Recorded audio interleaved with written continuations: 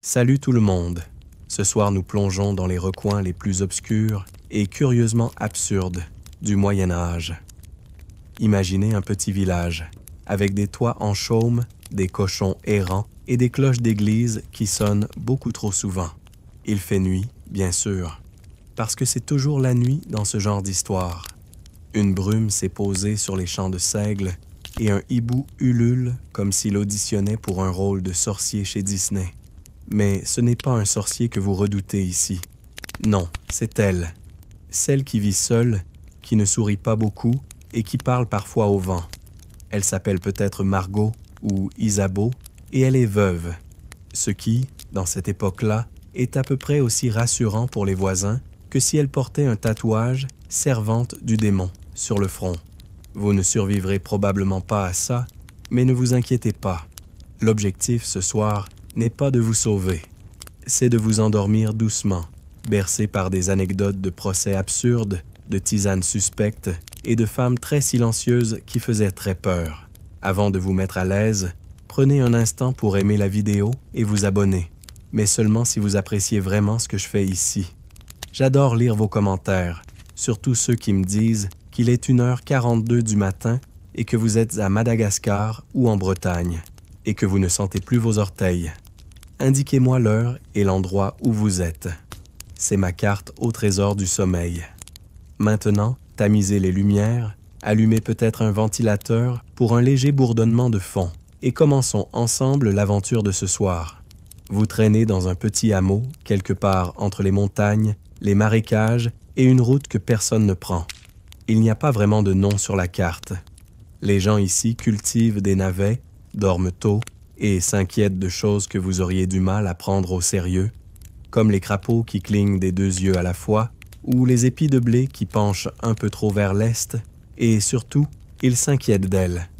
Elle, la veuve, elle ne parle pas souvent, et quand elle le fait, c'est pour dire des choses pratiques, comme « il va pleuvoir demain » ou « votre fils a la toux du sud », ce qui est à la fois précis et parfaitement inutile.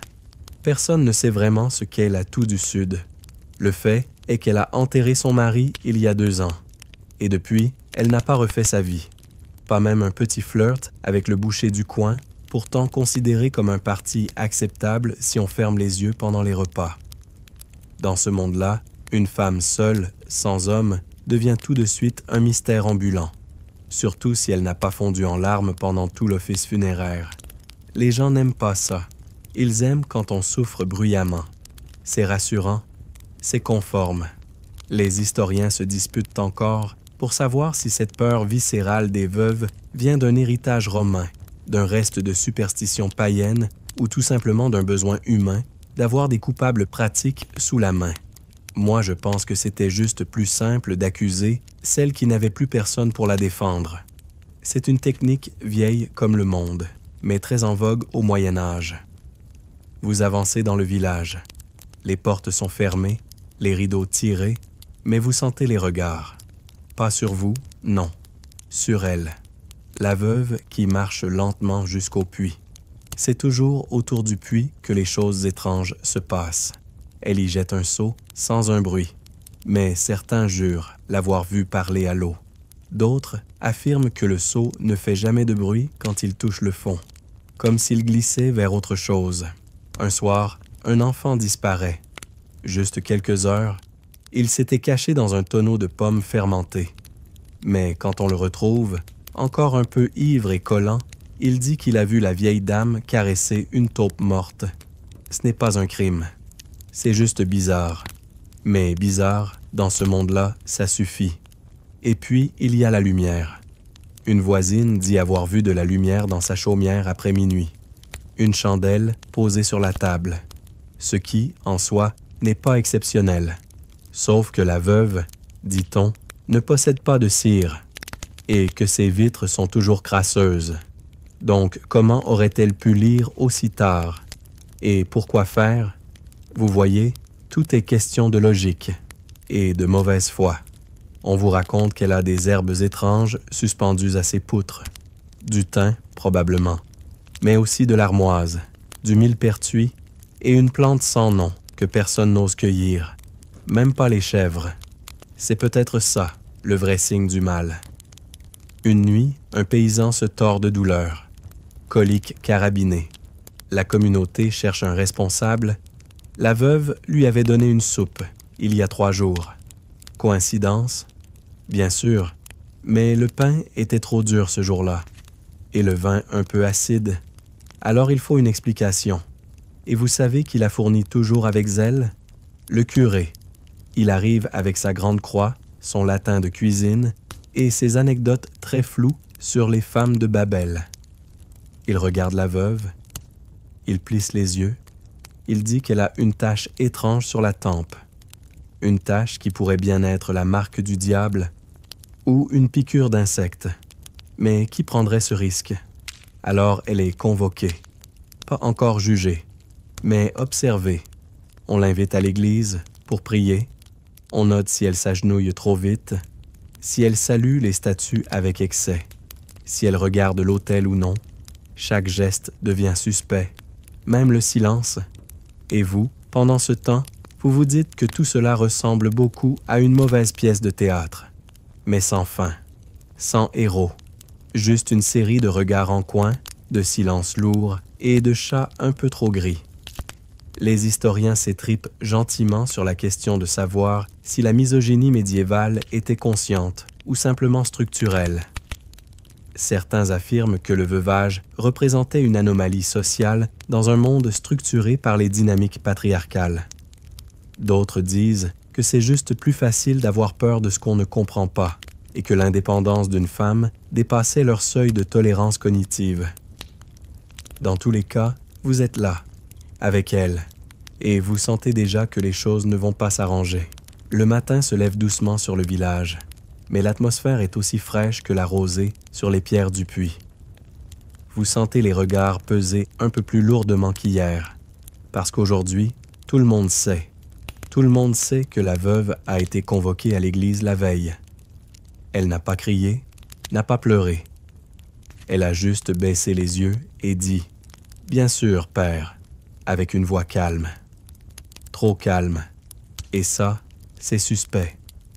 Vous voyez, perdre son mari à cette époque, ce n'était pas juste un malheur. C'était presque un acte suspect, surtout si le dit mari n'était pas mort dans une guerre glorieuse, mais d'un rhume mal tourné ou d'un accident de meule à grains. Parce qu'alors, les gens s'interrogent. Vous auriez pu faire quelque chose, non? Une soupe de gingembre, une prière plus intense, un jeûne bien placé. Et vous ne l'avez pas fait. Ou pire, vous l'avez fait exprès. Les historiens s'écharpent depuis longtemps sur le rôle exact du deuil féminin dans la société médiévale. Certains soutiennent que la veuve bénéficiait d'un certain respect, une reconnaissance silencieuse pour les années passées dans l'ombre d'un homme. D'autres, moins romantiques, soulignent que ce respect était conditionnel. Très conditionnel. Il fallait rester à sa place. Discrète, utile et surtout pas trop vivante. Vous assistez à cette tension jour après jour. La veuve ne se couvre pas la tête comme il faut. Elle n'évite pas assez les hommes mariés. Elle n'a pas pris le deuil aussi longtemps que la tante Berthe, veuve elle aussi, mais d'un homme important, ce qui change tout. Et quand elle sourit, par erreur ou par nostalgie, c'est immédiatement interprété comme une preuve de son indifférence glaciale. C'est là que ça commence vraiment. Pas avec un procès, non, avec un murmure. Elle n'a pas versé une larme. Elle continue à aller au marché seule. Elle parle au chien comme si c'était une personne. Et bien sûr, le classique. Elle avait toujours dit qu'il mourrait jeune. Ce qu'elle a probablement dit lors d'une dispute sur le sel ou la façon de ranger les bûches. Et puis, il y a la gestion des biens. Car en théorie, la veuve hérite.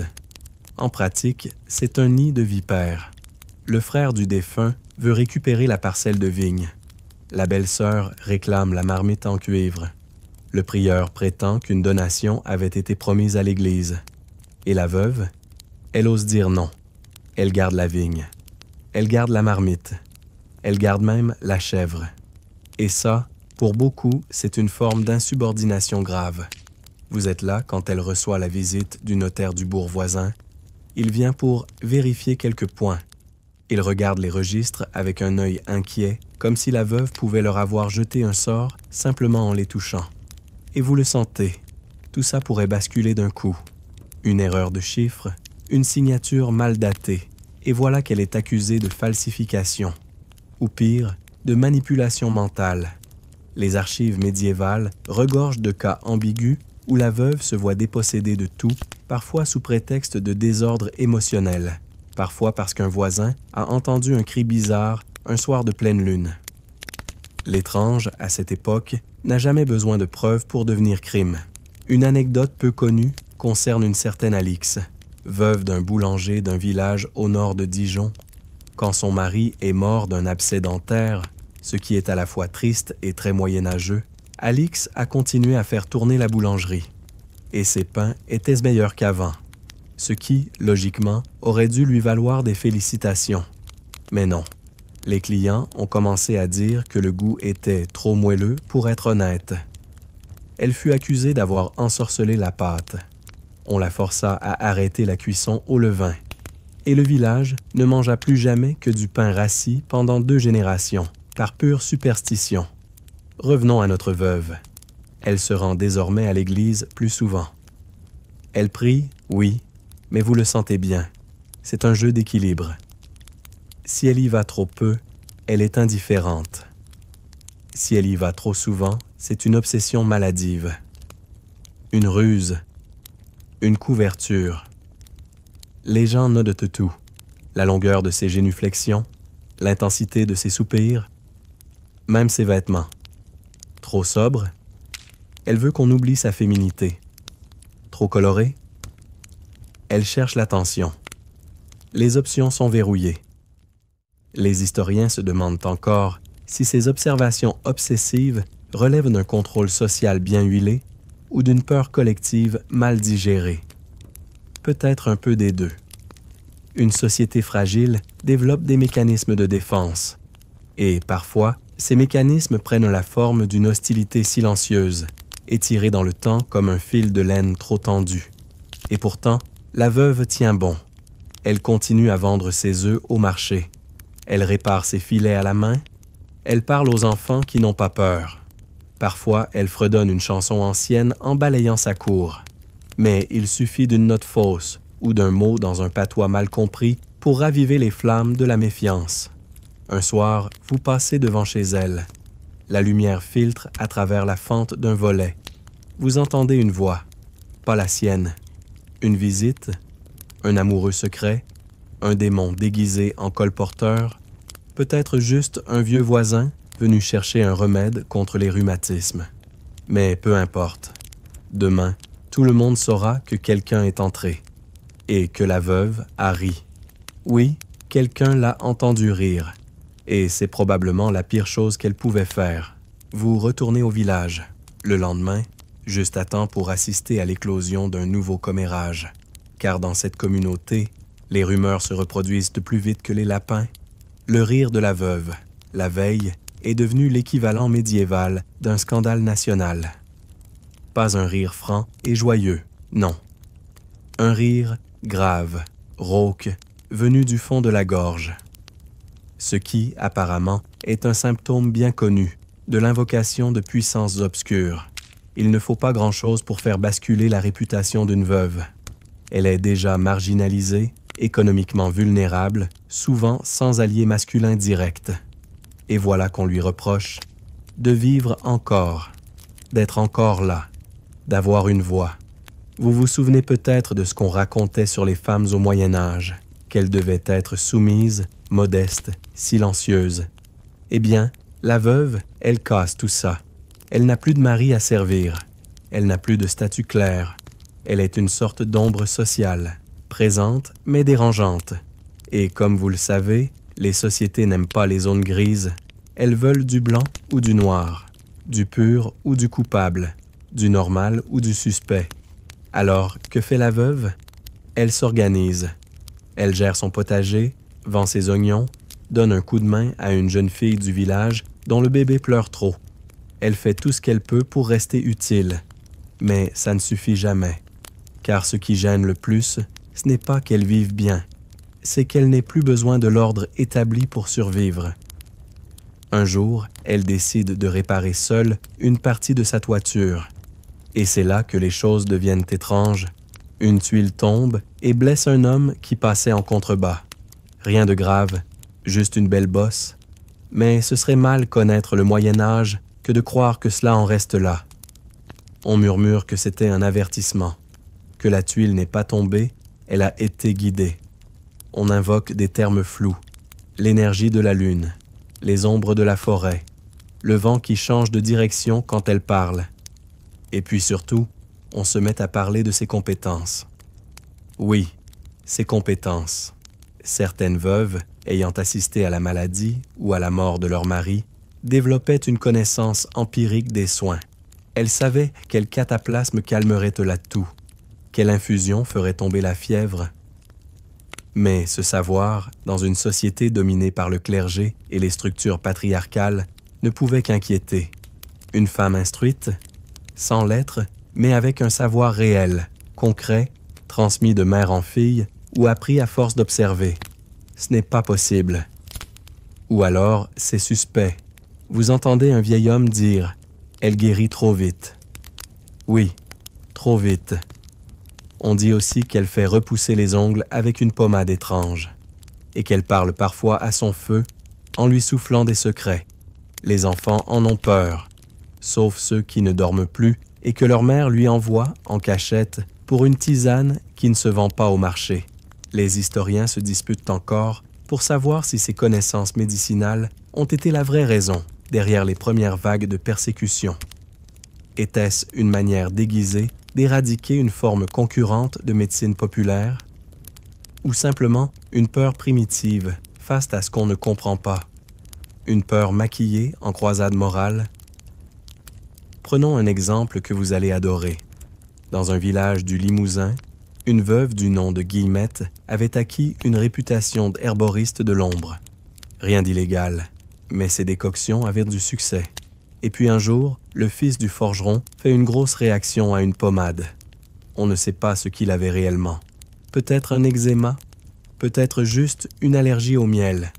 Mais ça a suffi pour convoquer Guillemette devant le sénéchal. Elle a été blanchie, officiellement. Mais les jours suivants, on a peint des croix à la chaux sur sa porte. Et elle a disparu, partie chez sa sœur, dit-on. Sauf qu'elle n'avait pas de sœur. De retour dans votre village, la veuve devient prudente. Elle parle moins, elle vend moins. Elle sort de nuit pour cueillir des plantes. Mais bien sûr, ce n'est pas discret. Elle est vue, toujours. Et ce qu'on voit, on le transforme. Quelqu'un commence à dire qu'elle vole l'énergie des autres femmes. Une autre dit qu'elle a vu sa propre robe fanée après avoir croisé la veuve. Une robe, fanée. Vous ne saviez même pas que les robes pouvaient faire ça. Mais ici, tout est preuve. Vous sentez que la tension monte. Il ne manque plus qu'un accident pour faire exploser tout ça. Et justement, voilà qu'une poule meurt. Pas n'importe laquelle. Celle du maire du village. Une poule grasse, précieuse, presque affective. Elle a été retrouvée les pattes en l'air, les yeux ouverts, avec une plume noire plantée dans le sol. Le genre de détail qu'un esprit moderne balayerait comme une coïncidence, mais qu'un village médiéval verrait comme un présage limpide. Et vous, vous êtes là. Vous observez tout ça, un peu hébété. Parce que même si vous savez que tout cela est absurde, vous sentez que c'est comme un engrenage. Une fois lancé, rien ne peut l'arrêter.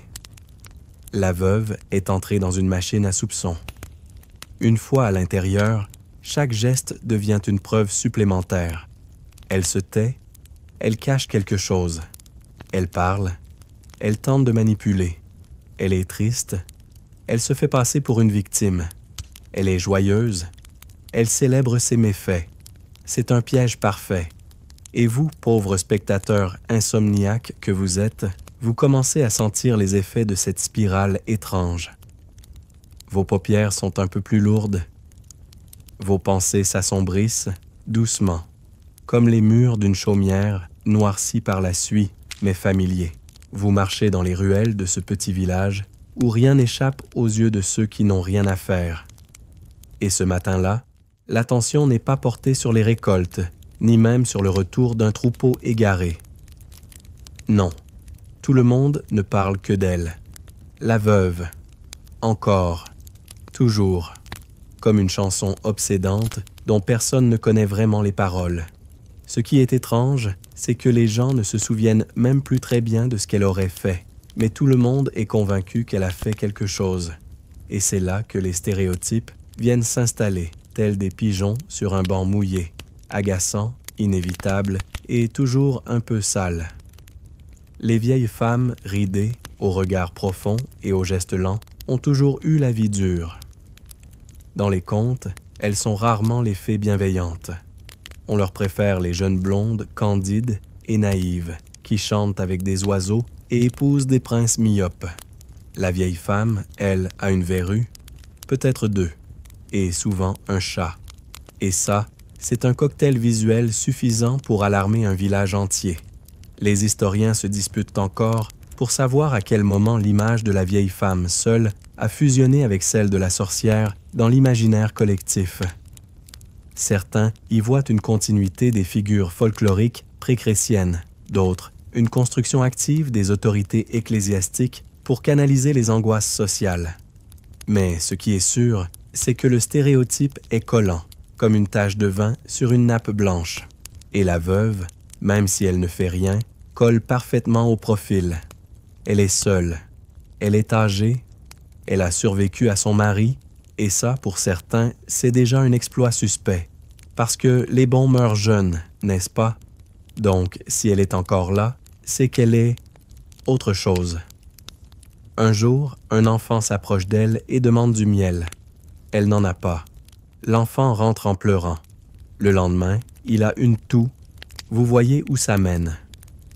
Le lien logique est inexistant, mais dans un monde saturé de symboles, la logique n'est pas la bienvenue. Ce qui compte, c'est la narration. Et la narration, ici, c'est qu'elle est inquiétante. Son chat, un gros matou gris qui a probablement vu plus de saisons que le boulanger du village, devient à son tour une cible. On dit qu'il miaule trop la nuit, qu'il regarde les gens comme un humain, qu'il ne chasse pas les souris, mais les suit. Vous ne savez pas ce que cela signifie, mais le simple fait de le dire suffit à jeter un froid. Une anecdote délicieusement absurde vient renforcer le climat. Une voisine affirme avoir vu le chat faire tomber un pot de lait, sans le toucher. Il l'aurait regardé, longuement, intensément, puis le pot est tombé. Est-ce la faute d'une planche bancale, d'un vent soudain? Non, c'est de la sorcellerie féline. Et ça, c'est beaucoup plus poétique. Il faut dire que les symboles ont la vie dure. Et au Moyen Âge, tout devient symbole. Une robe trop noire, une voix trop grave, des cheveux laissés détachés un jour de marché. Autant de petits indices qui forment, dans l'esprit du village, un portrait de plus en plus inquiétant. Et comme les portraits sont faits sans modèle, tout le monde voit ce qu'il veut. Vous remarquez d'ailleurs que plus les jours passent, plus la veuve semble se courber légèrement. Pas sous le poids des années, mais sous celui du regard des autres.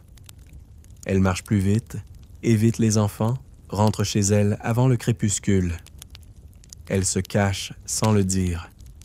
Elle sait. Et vous, vous savez aussi. Que ce n'est qu'une question de temps avant que le soupçon devienne accusation. Il suffit d'un rien, d'un rat dans le grenier, d'un chien qui boite, d'un rêve un peu trop vivant. Et boum, c'est parti. Ce qui vous frappe, c'est la facilité avec laquelle le village s'accorde sur cette hostilité. Il n'y a pas de complot formel, juste une lente et insidieuse formation d'un consensus silencieux. Une peur partagée, nourrie par les stéréotypes, les contes, les prières, les sermons, et le besoin viscéral d'expliquer ce qui dépasse. On dit qu'un jour, la veuve a été vue dessinant des formes dans la poussière de son seuil. Des cercles, des lignes, rien de compliqué. Juste une manière de passer le temps. Mais quand le vent les a effacés, 2 poules sont mortes dans le quartier. Voilà, c'est tout ce qu'il fallait. Une ligne dans la poussière. 2 poules. Une coïncidence? Bien sûr, mais dans ce monde, une coïncidence est un mensonge qui ne s'assume pas. Alors elle devient preuve. Et les blagues commencent. Douce au début. Tu veux que je demande à la veuve de te rendre ton sens de l'orientation? Ou encore, elle a dû mettre du charme dans ses tartes. Elles sont meilleures que celles de ma femme. Mais ces plaisanteries, dites à voix basse, se font moins drôles avec le temps. Elles deviennent des refrains, des mantras, jusqu'à ce que même ceux qui ne la craignaient pas commencent à se méfier. Les symboles sont puissants, surtout quand on leur donne à manger. Et vous les regardez, tous. Les langues qui sifflent, les regards qui évitent, les gestes qui se crispent, et vous sentez qu'un basculement approche. Pas brutal, pas encore, mais inévitable. Comme un orage qui gronde au loin, alors que le ciel est encore bleu. Pendant ce temps, la veuve se prépare une soupe, lente, épaisse, parfumée. Elle goûte, ajuste un peu le sel. Elle est loin d'imaginer que, pour certains, même sa manière de doser le thym, sera bientôt considérée comme une preuve qu'elle connaît des secrets interdits. Mais vous commencez à sentir le sommeil poindre. Vos pensées ralentissent, vos paupières pèsent un peu plus lourd. Le ronron du chat ou du ventilateur berce doucement votre conscience. Le marché du jeudi matin s'installe lentement. Les chariots grincent, les odeurs d'ail et de fumée se mêlent au relent discret d'un âne nerveux. Vous déambulez entre les étals de pommes rabougries, de chandelles irrégulières et de racines qu'on appelle légumes, par pure politesse. Et là, juste entre le stand des oignons et celui des aiguilles rouillées, elle est là. La veuve. Elle vend quelques bottes de thym, des œufs et un pot de graisse de porc infusée de lavande. Elle sourit doucement, échange une pièce. Rien d'extraordinaire. Mais dans la foule, vous entendez. C'est le pot qu'elle avait préparé pour son défunt. Elle l'a gardé. Et voilà. Il n'en faut pas plus. La simple gestion de ses affaires devient, dans ce climat, un acte de défi. La veuve ne jette pas, ne donne pas, ne redistribue pas. Elle garde. Et cela, dans l'économie morale médiévale, est un signe de convoitise, d'attachement suspect à des choses du passé. Et puis surtout, elle ne demande rien à personne. Elle n'implore pas. Elle n'a pas l'air brisée. C'est inconfortable. Vous découvrez alors une réalité profondément injuste. La veuve, en héritant, devient d'un coup trop riche, trop visible, trop libre. Et c'est précisément ce qu'on lui reproche. Les testaments sont une source de tension sans fin. Au Moyen Âge, la succession n'est pas toujours une affaire claire. Parfois, le défunt a laissé des mots griffonnés sur un parchemin. Parfois rien. Et parfois encore, il a laissé un testament, favorable à son épouse. Trop favorable. Et là, tous les beaux-frères sortent du bois. Vous assistez à une scène incroyable. Le frère du défunt exige une part de la grange, par ancien usage. Une cousine éloignée affirme que le défunt lui avait promis le tablier de la cheminée. Même le curé du village tente d'intercéder pour récupérer quelques terres au profit du salut de l'âme. La veuve, elle, répond avec des phrases simples. C'est écrit là. Il me l'a dit. Je garde la vigne. Et c'est là que le ton change. On ne la voit plus comme la pauvre femme endeuillée, mais comme la gardienne têtue d'un trésor mal attribué.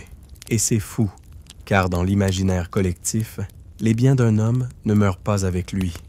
Ils doivent continuer à servir la communauté ou être redistribués dans des cercles masculins. Que la veuve s'accroche à un lopin de terre ou à une cloche de cuivre devient une anomalie sociale. Un historien facétieux a dit un jour que les testaments médiévaux ressemblaient davantage à des déclarations de guerre qu'à des actes de paix, et vous commencez à comprendre pourquoi. Le papier ne protège pas, l'encre s'efface, les souvenirs sont malléables, et la veuve, sans voix forte pour défendre sa cause, devient vite celle qu'on attaque. Mais elle est rusée, elle se souvient de chaque mot. Elle cite les voisins présents lors de la rédaction du testament. Elle se bat. Elle gagne, partiellement. Le maire tranche. Elle garde la vigne. Mais la scie du moulin, offerte à l'Église. La chèvre, confiée à la nièce du défunt. L'équilibre est rétabli. En apparence, car même lorsqu'elle gagne, elle perd. La suspicion enfle. On se dit que si elle a été aussi persuasive, c'est qu'elle a ensorcelé quelqu'un. Peut-être le notaire, ou le maire, ou les deux. On raconte qu'elle aurait soufflé un mot à l'oreille du juge de paix et qu'il aurait pâli. Est-ce que c'était une menace, une incantation, ou simplement « Il va pleuvoir demain, rangez vos bottes ». Peu importe. Le récit a déjà été modifié, amplifié, agrémenté. Et vous entendez même, dans la bouche d'un jeune garçon, que la veuve peut vous faire oublier votre propre nom si elle vous fixe trop longtemps. Charmant. Et ce ne sont pas des cas isolés. Dans tout le royaume, les archives judiciaires regorgent d'histoires où la gestion d'un héritage devient le déclencheur d'accusations de sorcellerie. Dans un village du Sud, une veuve nommée Berthilde s'était vue confier par testament un pressoir à vin. Sa belle famille la dénonça, en jurant qu'elle avait attiré le pressoir dans sa chaumière par la force de l'esprit. Le mot exact employé fut « enchantement mécanique ». Oui, c'est un vrai terme. Vous réalisez alors que l'économie et la peur du féminin indépendant se croisent toujours. La veuve qui tient les rênes de sa propre vie économique devient un paradoxe ambulant. Elle ne demande rien, elle n'a plus de mari, elle tient bon, donc c'est suspect. Elle doit bien avoir un pacte quelque part. Un jour, un homme du village vous dit, très sérieusement, « Elle a dû cacher l'or du défunt dans un arbre, j'en suis sûr. Depuis, le pommier donne trop de fruits. » Voilà, la preuve par le fruit. C'est logique. Et pourtant, rien de cela n'est vraiment drôle pour elle. Vous voyez son regard s'assombrir. Elle sourit moins. Elle garde ses distances. La solitude devient une armure, et l'armure devient une accusation. Mais elle n'a pas le choix. Elle continue, tête haute, à marcher parmi ceux qui voudraient te la voir tomber. Et vous commencez à sentir dans vos membres cette lassitude douce, cette fatigue historique. Comme si le poids des héritages mal transmis vous alourdissait à votre tour. Le souffle est plus lent, le corps plus calme. La veuve continue d'exister. Et vous continuez d'observer. En silence. Il suffit parfois d'un murmure pour mettre en branle tout un système. Et ce jour-là, c'est un murmure qui circule derrière l'église, alors que vous passez à côté des barils de saumure. Il dit simplement « On devrait la surveiller. » Pas plus, pas moins. Et soudain, vous comprenez que le climat a changé. Le doute, avant diffus, est devenu concret, articulé, menaçant. Le curé, figure austère au nez rouge et au chapelet lourd comme une menace, acquiesce mollement à tout cela. Il ne dit pas oui, mais il ne dit pas non. Ce qui, ici, équivaut à une bénédiction du soupçon. Et c'est ainsi que la veuve entre, sans le vouloir, dans le système judiciaire médiéval. Ce système qui fonctionne parfois comme une machine à moudre la farine. Vous entrez entier et vous ressortez, en poudre. Il n'y a pas de plainte écrite, bien sûr, juste une plainte morale, soutenue par des témoins qui n'ont rien vu, mais qui ont ressenti des choses. Et dans ce monde, le ressenti compte plus que les faits. Vous assistez, presque gêné, à l'engrenage. D'abord, une convocation, pas officielle, juste une demande d'explication. La veuve, droite, calme, y va. Elle parle posément, trop posément, diront certains. Puis vient une enquête de voisinage. On interroge les vieilles, les jeunes, même le forgeron à moitié sourd. Chacun a une anecdote. Chacun se souvient d'un détail étrange. Elle a une main plus froide que l'autre. Elle fait sécher ses draps à l'intérieur. Elle ne cligne jamais quand le feu crépite. Les historiens, en relisant ces dossiers d'accusation, oscillent entre l'amusement et le désespoir. Il note la répétition des thèmes. L'anormal devient preuve. La différence devient faute. La veuve devient dossier. Un homme jure que sa jument a boité après avoir brouté près du jardin de la veuve. Une autre femme raconte que ses lentilles ne cuisent plus comme avant. Et puis, un matin, le curé reçoit, en toute discrétion, un sachet contenant 3 ongles, une plume et un morceau de corde nouée. Il l'interprète comme un sortilège de désordre. Ce que vous verriez plutôt comme la trousse d'un enfant un peu macabre. Mais cela suffit.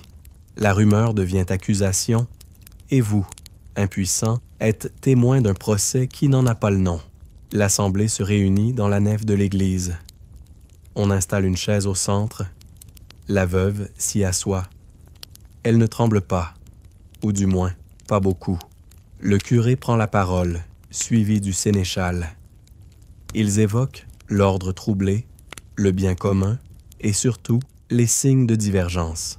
La langue est vague, floue, élastique comme une pâte mal pétrie. Mais les regards sont précis, accusateurs. Et là vient ce moment absolument absurde. On fait appel à une épreuve. Oui, une épreuve. Pas une preuve. Une épreuve. Car au Moyen Âge, prouver sa pureté ne consiste pas à produire des documents. Non. Il faut survivre à une sorte de performance théâtrale cruelle et archaïque. Ici, ce sera l'eau. Le test de l'eau. Vous froncez les sourcils. Elle aussi. On l'emmène au bord d'un étang. Le principe est simple et profondément idiot. On attache la veuve, on la plonge dans l'eau. Si elle flotte, c'est qu'elle est sorcière, car l'eau la rejette. Si elle coule, eh bien, elle est innocente et morte. Mais au moins, lavée de tout soupçon. On hésite encore sur la procédure. L'étang n'est pas très profond. Le forgeron propose d'ajouter des pierres. Le curé lève un sourcil, sceptique, mais ne dit rien. Vous regardez cette scène et vous sentez que même vos paupières ne savent plus si elles doivent cligner de fatigue ou d'indignation. Mais, surprise, la veuve parle. Elle demande qu'on la laisse prier avant l'épreuve. Elle s'agenouille et prie, longtemps, trop longtemps. Certains disent qu'elle récite des formules, d'autres qu'elle demande la pluie. En fait, elle demande juste la paix. Mais qui écoute? L'épreuve n'aura finalement pas lieu ce jour-là. L'eau est trop trouble, le ciel menace d'orage, et le sénéchal préfère reporter. Mais c'est déjà trop tard. Dans les esprits, elle est marquée, surnaturelle, flottante, dangereuse. Une anecdote peu connue vous revient à l'esprit. Dans un village proche, une veuve avait échappé à l'épreuve de l'eau, parce que la corde avait glissé et qu'elle était tombée d'un coup dans le ruisseau. Résultat, elle s'était cassé la hanche. Et on avait interprété sa chute comme une chute volontaire, preuve qu'elle voulait manipuler l'eau. Vous voyez, même la maladresse devient un crime. Dans le cas de notre veuve, le simple fait que l'épreuve ait été envisagée suffit à changer la manière dont elle est perçue. Son statut social chute d'un cran. Elle n'est plus juste une femme seule. Elle est la femme qui a failli être testée. Et cela, dans un monde où la mémoire est sélective mais persistante, la rend aussi radioactive qu'une marmite fêlée. Vous remarquez alors une chose glaçante. La peur qu'elle inspire ne vient pas de ses actes. Elle vient de son endurance. Elle n'a pas fui. Elle n'a pas pleuré. Elle reste. Elle persiste. Et cela, dans une société bâtie sur la conformité, est intolérable. Et vous, pendant ce temps, vous sentez votre souffle ralentir, comme si cette atmosphère, cette pesanteur, vous enveloppait d'un voile doux et ancien. Vous n'êtes pas dans ce village? Pas vraiment. Mais vous y êtes assez pour ressentir l'oppression sourde, l'absurdité méthodique. Et ça vous endort, lentement, inexorablement. La nuit tombe sur le village, une nuit plus sombre que les autres, comme si le ciel lui-même fronçait les sourcils. La lune n'est qu'un mince croissant blafard, et le vent semble hésiter à souffler, de peur de propager un secret trop vieux pour être entendu. Vous marchez doucement près de la chaumière de la veuve. Rien ne bouge. sauf une corde à linge qui claque légèrement. Et puis, vous sentez cette odeur. Fumée de tilleul, armoise, menthe et quelque chose d'indéfini. Elle fait chauffer une infusion. Et c'est là que tout bascule. Car vous l'entendez dire à voix basse, 3 feuilles pour la fièvre. Une pincée pour la peur. Juste ça. Un murmure qui, pour vous, sonne comme une recette banale, mais qui, pour le voisin caché dans les buissons, est une incantation. Il court aussitôt jusqu'au presbytère. Il parle vite. Il trébuche sur les mots. Mais ce qu'il dit est clair. La veuve concocte des potions. Et elle les parle. La nouvelle se répand comme une traînée de foin sec. Elle connaît les herbes. Elle les combine. Elle sait ce qui fait du bien, ce qui calme, ce qui guérit. Et vous savez ce que cela signifie dans ce monde? Elle sait trop. Car à une époque où les soins relèvent davantage de la foi que de la science, une femme qui réussit à calmer la douleur devient immédiatement suspecte. Si elle soulage là où le prêtre a échoué, alors ce n'est pas par vertu, mais par sorcellerie. Les historiens se disputent encore sur l'origine exacte de cette peur des herbes médicinales entre les mains des femmes. Certains avancent que l'Église craignait la concurrence directe sur le monopole de la guérison. D'autres y voient une angoisse ancestrale face au corps féminin et à sa capacité à produire, à nourrir, à soigner, sans médiation masculine. La veuve, elle, n'y voit qu'un moyen de rester utile. Elle connaît la valériane, le millepertuis, la consoude. Elle sait à quel moment cueillir les feuilles. Elle distingue les tiges trop vertes de celles à la bonne maturité. Elle a appris cela non pas dans un grimoire, mais dans les plis de la vie, en regardant sa mère, en soignant ses enfants, en survivant à la douleur. Elle prépare, infuse, dose. Parfois, elle se trompe, mais souvent, elle aide, et c'est ce qui fait peur. Vous vous souvenez de cette fois où elle a donné une tisane à une femme enceinte, pour l'aider à dormir. Rien de mal, rien de magique. Mais cette femme a accouché un peu trop tôt. L'enfant va bien. La mère aussi. Mais cela a suffi à créer le doute. On dit maintenant que la veuve sait déclencher la vie et la mort, ce qui, pour être honnête, serait un pouvoir impressionnant. Mais vous savez comme moi que c'est juste une infusion, une camomille corsée. Un homme raconte qu'il a vu des bouillons dans sa marmite changer de couleur. Ce qu'il oublie de dire, c'est que c'était un bouillon de betterave. Mais dans ce genre d'histoire, la betterave devient sorcellerie en moins de 3 phrases. Une autre affirme qu'après avoir bu l'eau de la veuve, elle a rêvé de son grand-père décédé.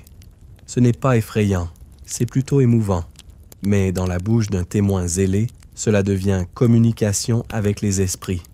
Et vous vous dites que la véritable magie ici, c'est la manière dont l'imagination populaire peut transformer une cuillère de miel en pacte avec les ténèbres. Une anecdote qui vous fera sourire. Dans un autre village, une femme avait un onguent pour les douleurs articulaires, très efficace, jusqu'au jour où quelqu'un affirma qu'après en avoir mis, son doigt s'était trop bien rétabli. Il était devenu trop souple, presque inquiétant. Verdict? On lui a interdit de fabriquer quoi que ce soit. Son doigt est redevenu raide. Tout le monde a été soulagé. Sauf elle. Mais revenons à notre veuve. Les herbes, c'est sa science. C'est aussi sa résistance. Chaque feuille infusée est un petit acte de rébellion contre le silence qu'on lui impose. Alors elle continue. Elle soigne en cachette. Elle glisse des sachets sous les portes. Elle laisse une pommade dans la mangeoire d'un cheval malade. Et c'est ça qui rend les choses plus complexes. Car même ceux qui murmurent contre elle la consultent en secret. Le maire lui-même lui a demandé un onguent pour son genou. Mais il le nie, bien sûr. Il parle d'un remède providentiel qu'il aurait trouvé dans un vieux coffre. Les contradictions abondent. On la craint. On la méprise, mais on la sollicite. Les enfants, eux, ne savent pas trop quoi penser. Certains l'évitent, d'autres l'imaginent comme une sorcière gentille. Une sorte de fée rustique. Un petit garçon, très sérieux, vous dit « Elle parle aux fourmis. Je l'ai vue. Est-ce vrai? Peut-être. Et alors? Même vous avez probablement parlé à un insecte une fois dans votre vie. Si, rappelez-vous cet été avec cette mouche agaçante. Mais voilà, le fait est là. Elle connaît les plantes. Et c'est suffisant pour que son nom circule, encore une fois, avec un ton plus grave, plus pesant. Et vous, à force de respirer cette odeur d'herbe séchée et de rumeurs fermentées, vous sentez vos paupières s'alourdir, vos pensées flottent. La tisane de la veuve n'a pas franchi vos lèvres, mais son récit, lui, agit doucement comme une infusion lente dans votre esprit.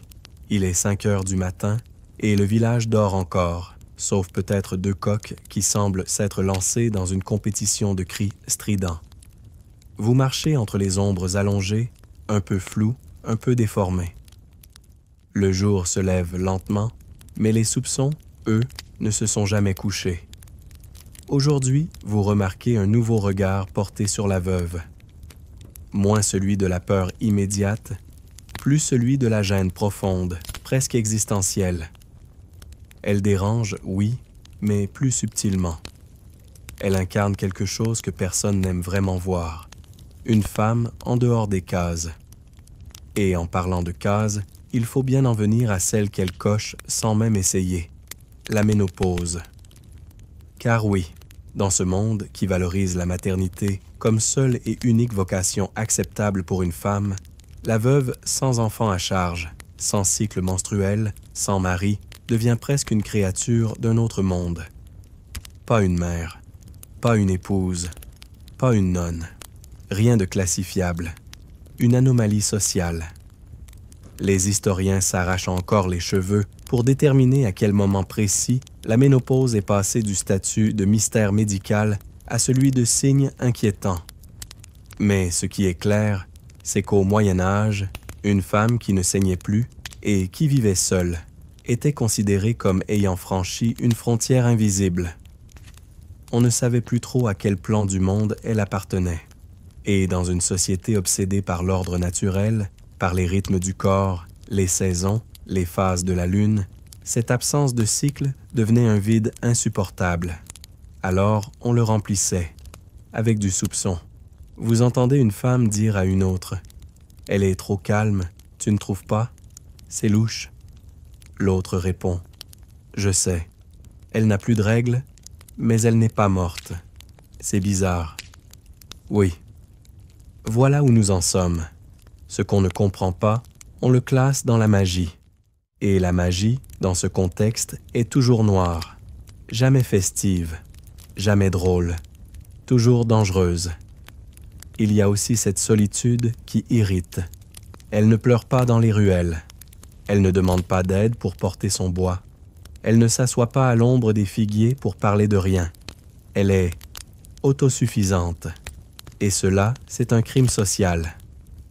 Un jour, vous la croisez assise devant sa porte, en train de recoudre un vieux vêtement. Elle a une expression paisible, presque sage. Une petite fille passe devant elle. La veuve lui tend une pomme. La petite hésite. Sa mère la rappelle aussitôt. Trop vite, trop brusquement. Vous sentez le malaise. L'enfant pleure, pas à cause de la veuve, mais parce que ce geste gentil, simple, a été interrompu par la peur. Et vous commencez à voir les contours flous de cette logique. Ce n'est pas qu'elle soit mauvaise, c'est qu'elle dérange. Elle ne rentre pas dans le schéma, elle est à côté. Et dans un monde quadrillé par la religion, le sexe, la famille, la hiérarchie, être à côté, c'est suspect. Un petit groupe de femmes mariées s'est réuni l'autre soir. Elles discutent en chuchotant. Vous entendez des phrases comme « Elle ne se plaint jamais »,« Elle ne va plus à confesse »,« Tu as vu la couleur de son pain? Trop foncé. » Le pain, maintenant. Même son pain est douteux. Et puis, cette étrange anecdote. Un homme du village aurait rêvé d'elle. Elle ne lui aurait rien dit, rien fait. Elle aurait juste été là, debout, dans un champ, à le regarder. Et dans son rêve, il ne pouvait pas bouger.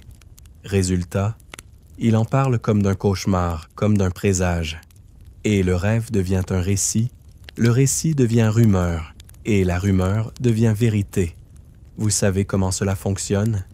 Les archives judiciaires médiévales regorgent de récits où les rêves des hommes sont utilisés comme preuves indirectes contre les femmes. On a jugé des veuves pour avoir visité des hommes dans leurs songes. Oui, des songes. Qui sont, on le rappelle, des manifestations internes de l'esprit. Mais apparemment, la veuve a le pouvoir d'y entrer à volonté. On raconte même que l'une d'elles, dans un bourg lorrain, a été accusée d'avoir ensorcelé un meunier simplement parce qu'il s'était réveillé avec le sentiment d'avoir été observé. Par qui? Par quoi? Par rien. Mais sa première pensée fut « la veuve ». Et c'était suffisant. Notre veuve, elle, n'en sait rien. Elle continue sa vie. Elle prépare son jardin pour l'hiver. Elle trie ses herbes. Elle nourrit son chat. Elle répare une poignée de portes qui couinent. Et ce simple couinement, croyez-le ou non, est interprété par certains comme un cri aussi triste que surnaturel. Et vous, tout doucement, vous glissez dans une sorte de torpeur douce. Le ronron de la société médiévale, avec toutes ses bizarreries, ses obsessions absurdes, vous berce presque. Vous sentez vos pensées se diluer. La veuve continue d'exister, de respirer, de faire son pain trop foncé. Et vous, vous vous enfoncez dans la couverture de la narration, les paupières mi-closes, presque. Ailleurs, la cloche du village sonne midi. Pas parce qu'il est vraiment midi, mais parce qu'un vieil homme l'a décidé en regardant vaguement le soleil et en disant « ça doit être l'heure ». Et vous, comme tout le monde ici, acceptez cette approximation sans discuter. Parce que dans ce village, tout est comme ça, flou, basé sur l'impression et pourtant lourd de conséquences. Aujourd'hui, la veuve ne sort pas. Pas de marché. Pas de promenade jusqu'au puits. Pas même une apparition discrète derrière les volets. Alors on s'agite, car l'absence, ici, est plus bruyante que la présence. Et très vite, une idée se répand. Elle est en train de faire quelque chose. Quelque chose. Rien de précis, bien sûr, mais l'imaginaire collectif a besoin d'un scénario. Alors il en invente un. Peut-être qu'elle prépare une cérémonie. Peut-être qu'elle invoque. Peut-être qu'elle coude une tunique de nuit avec des cheveux de chèvre. Allez savoir. Alors certains décident de faire ce que toute société poliment inquisitrice finit par faire. Observer. Ils forment une sorte de comité spontané, sans nom officiel, mais avec une mission claire, surveiller la veuve. Et c'est ainsi qu'un groupe d'hommes et de femmes, armés d'une conviction molle et d'un pain aux noix, s'installe à quelques mètres de chez elle, planqués dans les buissons. Oui, ça gratte. Oui, ça pique. Mais l'enjeu est important. Découvrir la preuve ultime. Ils ne verront rien de spectaculaire. Rien ne s'envole. Personne ne se transforme. Mais au bout de quelques heures, l'un d'eux jure avoir entendu un gémissement. Un gémissement étrange, long et gluant, dit-il, comme s'il décrivait une soupe de haricots ratés. Une autre affirme avoir vu une ombre passer. Peut-être un oiseau, peut-être un esprit. Et c'est là qu'entre en scène une figure inattendue, la veuve pieuse. Car voyez-vous, toutes les veuves ne choisissent pas le même chemin. Certaines se réfugient dans la religion. Mais même cela, à cette époque, est ambigu. Trop de piété, suspect, trop peu, encore pire. La veuve qui prie seule, longuement, sans jamais demander l'avis du curé, devient rapidement suspecte d'entretenir une relation personnelle avec le divin, ou avec ce qui prétend l'être. Notre veuve, depuis quelque temps, se rend à l'église, mais hors des horaires. Elle s'agenouille quand personne ne la voit. Elle reste longtemps. Elle ne participe pas toujours aux offices. Et là, c'est la goutte de fiel qui fait déborder la superstition. Vous assistez à la scène. Un matin, elle entre dans l'église alors que le curé est absent. Elle s'assoit près du chœur. Elle ne bouge pas. Le sacristain la découvre, immobile, les yeux fermés. Il s'approche, doucement. Elle ouvre les yeux. Il sursaute. Pourquoi? Il ne sait pas. Mais il dira plus tard qu'elle avait l'air de parler à quelqu'un qui n'était pas là. Et voilà. La prière, ce refuge tranquille, devient suspecte, comme si, au-delà d'un certain seuil d'intensité, le dialogue avec Dieu risquait de dériver vers autre chose, quelque chose de plus horizontal. Une anecdote particulièrement étrange refait surface dans les murmures du village. Une veuve, dans un bourg voisin, passait ses nuits à recopier les psaumes à l'envers. Pourquoi? On ne le saura jamais, car l'histoire vient d'un homme qui l'a entendu dire à son cousin. Mais cela suffit à entretenir la méfiance envers les veuves trop pieuses. Car il y a cette idée que la foi, quand elle n'est pas canalisée, peut se retourner. De bénédiction, elle devient incantation. Un historien facétieux note d'ailleurs que, dans les procès de sorcellerie, les objets religieux retrouvés chez les accusés sont systématiquement présentés comme détournés. Un crucifix? Elle le mettait sous son oreiller. Une Bible? Elle en arrachait les pages pour y écrire des recettes. Le chapelet? Les perles sont trop lisses. Tout devient signe, preuve, indice. Même les prières. Et pourtant, la veuve continue. Elle prie. Elle parle peu. Elle jardine. Et elle s'offre même le luxe de ne pas répondre aux questions, parfois. Ce qui, évidemment, est interprété comme de l'arrogance. Vous entendez une voisine dire « Je l'ai vue sourire toute seule hier soir ». Une autre, elle parle latin ou un truc qui y ressemble. Une troisième, elle met ses mains sur son cœur quand elle s'agenouille. Ce n'est pas normal. Tout devient pas normal. Et vous sentez que ce village est comme un chaudron trop plein. Une goutte de plus et il déborde.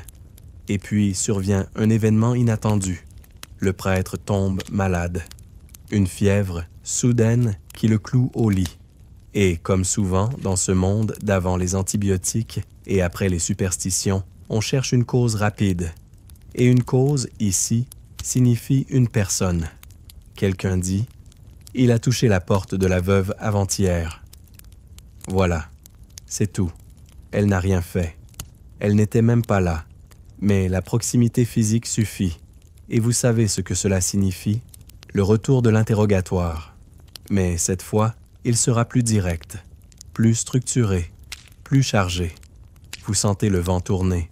Pas le vent météo, le vent social, celui qui vous glace un peu la nuque. Et au fond de vous, quelque chose se relâche. Pas de peur, juste de fatigue. Une lassitude face à ce monde où les prières deviennent des preuves et les silences des confessions. Et c'est précisément cette fatigue qui vous berce, la même que celle qui plombe les épaules de la veuve, mais qui chez vous se transforme en somnolence. Les battements de votre cœur s'allongent. Vos yeux clignent plus lentement. Vous n'êtes pas accusé, mais vous êtes complice. Complice d'un monde qui cherche des coupables même quand il n'y a eu aucun crime. Le vent souffle ce matin-là avec un entêtement particulier, comme s'il voulait bousculer les vieilles tuiles, secouer les idées reçues et, accessoirement, éparpiller les chapelets accrochés aux fenêtres. Vous remontez la rue principale, enfin, la rue, et vous remarquez quelque chose d'étrange. Les volets sont mi-clos, les visages mi-masqués. Le village est tendu. Pas tendu comme une corde prête à casser, non.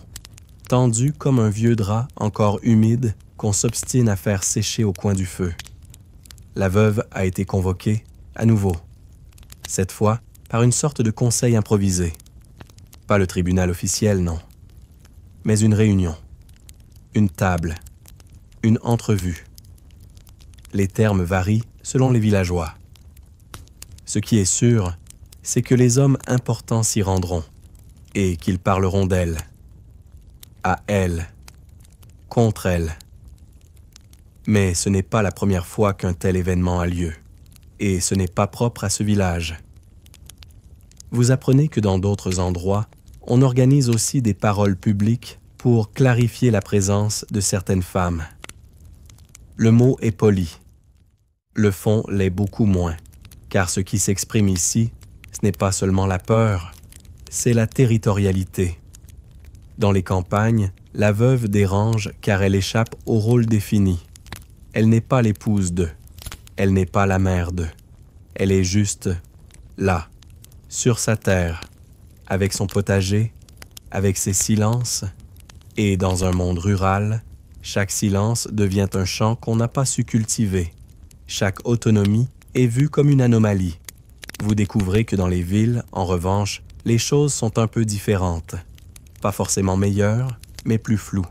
Les cités marchandes, les bourgs, les communautés plus larges offrent parfois un peu d'espace aux veuves.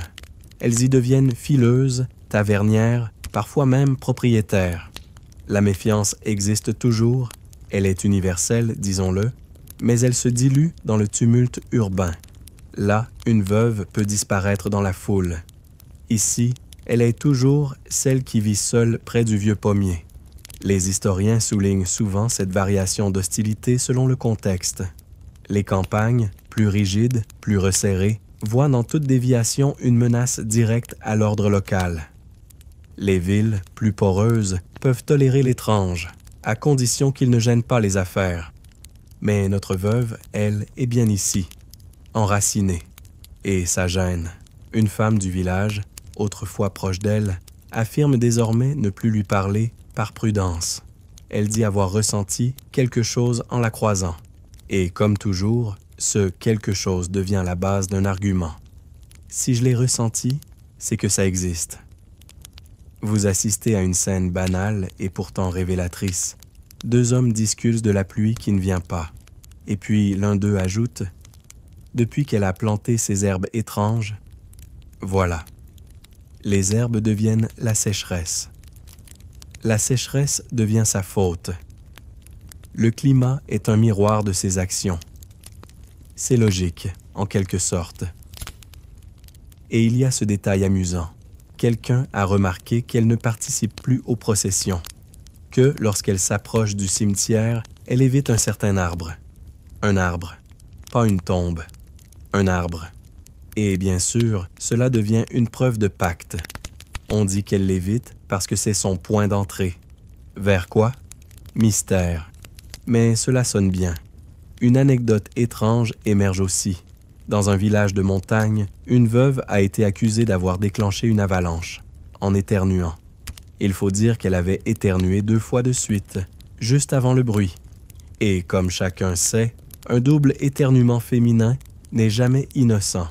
Mais ici, on n'a pas besoin d'avalanche. Le simple fait que le blé pousse mal cette saison est suffisant. On évoque des vibrations. On parle de regards lourds. On évoque même un cas de lait tourné trop vite. Tout cela, bien sûr, coïncide avec les jours où la veuve est passée dans la rue.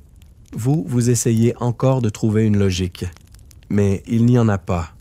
Ou plutôt, il y en a une, mais elle est tordue, enracinée dans la peur, nourrie par les siècles. C'est une logique où le besoin de désigner l'autre prime sur la vérité, où le doute devient une forme d'ordre. Et la veuve, dans tout ça, elle se tient droite, elle répond, elle reste polie, mais vous sentez qu'elle a compris, qu'il n'y aura pas de pardon à obtenir car il n'y a pas eu de faute. Il n'y a rien à réparer, juste une place à céder. Une place qu'elle occupe sans permission dans un monde qui n'accorde de place qu'aux femmes accompagnées ou effacées. Et vous, en observant tout cela, sentez cette fatigue paisible qui monte, cette sensation de comprendre profondément que ce monde-là ne veut pas la vérité. Il veut la tranquillité. Et la tranquillité, ici, passe par la disparition de l'inconfort. La veuve, c'est l'inconfort incarné. Alors vous vous allongez mentalement. Vous laissez la scène s'éloigner. Vous entendez encore les murmures, les feuilles qui tombent, le chat qui miaule. Et vous vous enfoncez, doucement, dans une brume épaisse de sommeil, comme si vous deveniez, à votre tour, une ombre dans ce village. Vous vous réveillez, ou plutôt, vous flottez dans cette zone étrange entre le sommeil et l'écoute passive, au son d'un tambourinement léger contre une porte en bois. C'est une mémoire ou une scène. Peu importe. Dans ce village, tout est cyclique, même les bruits. Mais cette fois, on chuchote avec plus d'excitation que d'habitude. Car aujourd'hui, quelqu'un a trouvé des preuves. Enfin, des vrais, du solide, du parchemin. Un jeune garçon aurait découvert, dans un vieux grenier, un morceau de papier jauni, sur lequel la veuve aurait écrit une série de mots étranges. Il ressemble vaguement à du latin. En réalité, ce sont des restes de prières mal copiés, des bouts de psaumes mélangés à des recettes de cuisine. Mais la rumeur dit, ce sont des invocations. Alors vous sentez l'impatience du village. Ce frisson d'excitation morbide. On n'attend plus qu'une chose, le basculement. Le moment où le doute devient certitude, où l'étrange devient condamnation. Et c'est dans ce climat que remontent des souvenirs, des cas anciens, des noms oubliés. Vous vous asseyez dans un coin de l'auberge, enfin ce qu'on appelle l'auberge, une pièce sombre avec un tonneau bancal en guise de table. Et là, on commence à vous raconter des histoires, des veuves trop veuves, des femmes qu'on a accusées parce qu'elles avaient en pleuré trop longtemps, ou pas du tout. Des femmes qui avaient gardé un objet personnel de leur mari défunt et qu'on avait jugé chargé. On vous parle d'Anselma, accusée d'avoir cousu une chemise avec ses propres cheveux. Pourquoi? Parce qu'un voisin l'avait vue tresser quelque chose et avait eu des crampes dans la jambe la même nuit. Le lien est limpide, bien sûr. On vous parle de Mireille, qui avait reçu la visite d'un chien errant chaque nuit pendant une semaine. Il ne faisait que dormir sur son seuil, mais c'était bien trop suspect. On disait qu'elle attirait les bêtes, et on sait ce que cela veut dire. Et puis, il y a le cas d'Audeline, dans une vallée lointaine. Elle avait soigné une fièvre, simplement avec du vinaigre de pomme et du fenouil. Le patient avait guéri, trop vite, plus vite que prévu. Et comme personne ne savait combien de temps une fièvre est censée durer, on s'est dit qu'elle avait sûrement utilisé autre chose. Toutes ces histoires sont racontées sur le ton de la confidence. Vous sentez l'excitation contenue, cette jubilation étrange qu'on retrouve parfois dans les jeux d'enfants. Et si elle était vraiment? Car l'idée plaît, elle intrigue, elle donne un rôle aux observateurs, un sens à leur ennui, une structure à leur peur. Les historiens ont bien noté ce phénomène. Les procès de veuves étaient souvent alimentés non par les actes réels, mais par un besoin collectif de récit, de narration, de catharsis. La veuve devient l'antagoniste idéal, proche mais marginale, connue mais incomprise, aimée parfois, mais plus souvent redoutée. Et vous, à mesure qu'on vous raconte ces histoires, vous commencez à remarquer un motif. Ce n'est jamais un crime clair, jamais un acte précis, toujours des impressions, des gestes ambigus, des souvenirs flous. Par exemple, on vous dit que la veuve a regardé quelqu'un trop longtemps sans parler, que sa main tremble quand elle tend un pain, qu'elle ne ferme pas sa porte à clé, qu'elle mange lentement, et vous comprenez que dans cette société-là, même la lenteur peut être perçue comme un affront. Comme une résistance passive, une femme raconte qu'elle a vu la veuve marcher dans le mauvais sens lors d'une procession. En fait, elle avait simplement oublié son fichu et faisait demi-tour. Mais ce geste est désormais gravé dans les esprits. Elle remonte le cours des choses. Elle veut inverser l'ordre. Voilà ce qu'on répète maintenant. Et le plus absurde, c'est ce nouveau détail. Un homme jure avoir entendu son feu crépiter avec un son qui ressemblait à un rire. Oui, un feu qui rit. On n'en est plus à une bizarrerie près.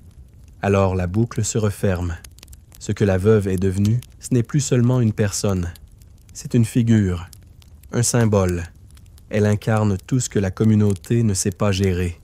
La perte, le doute, l'indépendance, le féminin non régi.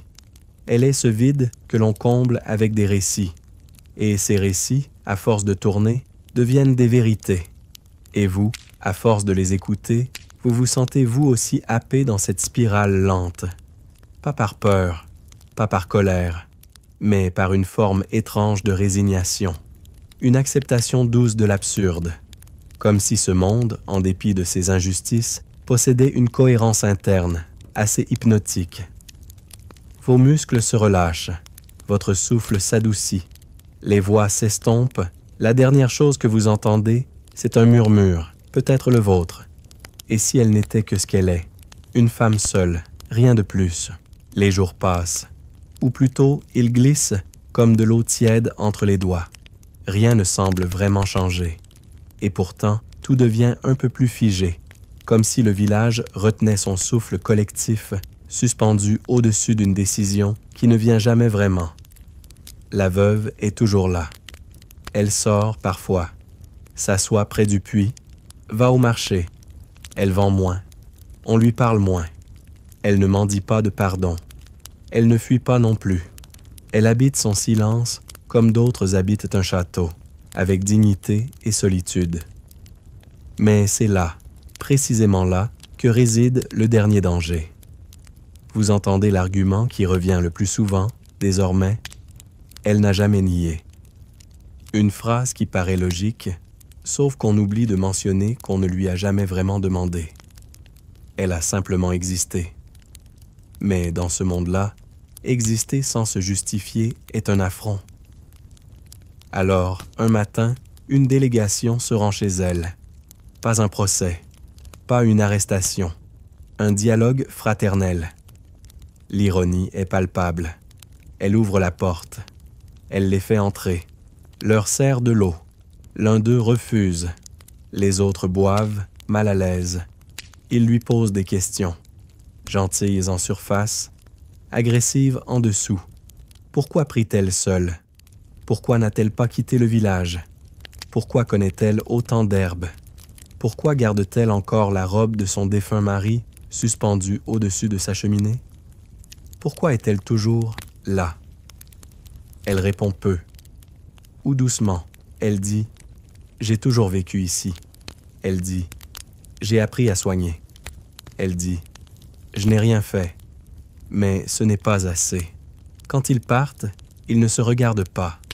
Ils ne disent pas ce qu'ils ont décidé. Mais vous savez, et elle sait aussi, ce n'est pas une décision au fond. C'est une fatigue, une usure, une manière de dire « il faudrait que ça cesse ». Et parfois, faire cesser quelque chose ne veut pas dire le résoudre, juste le faire disparaître. Alors, un soir, elle fait ses valises. Un baluchon, plutôt. Quelques affaires. Quelques graines séchées. Elle laisse la porte entr'ouverte. Elle part sans bruit, comme une feuille emportée par le vent. Pas par peur, mais parce qu'elle sait que le combat est terminé et qu'il n'y a rien à gagner à rester où l'on n'est plus vu comme une personne. Le lendemain, les gens s'étonnent, font semblant, disent « c'est dommage » ou « elle aurait pu s'expliquer ». Certains ajoutent, à demi-voix, « c'est peut-être mieux comme ça ». Et le village respire un peu plus librement, comme après une averse, comme si un nuage était parti. Mais vous sentez que ce n'est pas un apaisement, juste un oubli en gestation, un confort retrouvé au prix d'une conscience muette. Les historiens n'ont pas retrouvé son nom, juste quelques traces dans des registres, une veuve qui tenait un lopin de terre, une mention d'un caractère fermé, puis plus rien. Mais vous l'avez vue. Elle n'a jamais jeté de sort, jamais parlé au diable, jamais menti. Elle a juste vécu, persisté. Et c'était ça, le vrai scandale. Et maintenant, tandis que le feu crépite doucement quelque part dans votre imagination et que le chat, oui, toujours le même, ronronne peut-être contre votre jambe, vous sentez que le récit se dissout. Les dernières phrases s'étirent, lentes, apaisées. Vous êtes en sécurité, elle aussi, quelque part. Peut-être qu'elle cultive un jardin, ailleurs, qu'elle soigne en paix, qu'elle dort sans qu'on la soupçonne. Et vous Vous pouvez dormir à votre tour. Le monde continue, mais doucement, très doucement. Et voilà, la brume est tombée, le feu s'éteint peu à peu, et le village s'endort pour de bon. Il ne reste que le souvenir de cette femme que l'on a crainte simplement parce qu'elle avait survécu. Vous pouvez fermer les yeux maintenant, sans avoir à résoudre quoi que ce soit. Les mystères resteront entiers. Les tasses d'infusion refroidiront. Et les veuves continueront d'exister quelque part dans le silence, entre les lignes de l'histoire. Laissez vos pensées se fondre dans les herbes séchées, dans les pas feutrés sur le sol battu, dans la rumeur lointaine d'un puits qui ne donne plus que de l'écho. Il n'y a plus rien à prouver, plus rien à expliquer, juste le souffle tranquille d'un monde ancien qui s'éteint doucement, sans colère, sans bruit. Votre lit est plus sûr que n'importe quelle chaumière, vos draps plus doux que n'importe quel héritage contesté. Fermez les yeux, maintenant. Tout va bien. Vous êtes là, et vous pouvez lâcher prise. Tout est calme, tout est lent, tout est loin.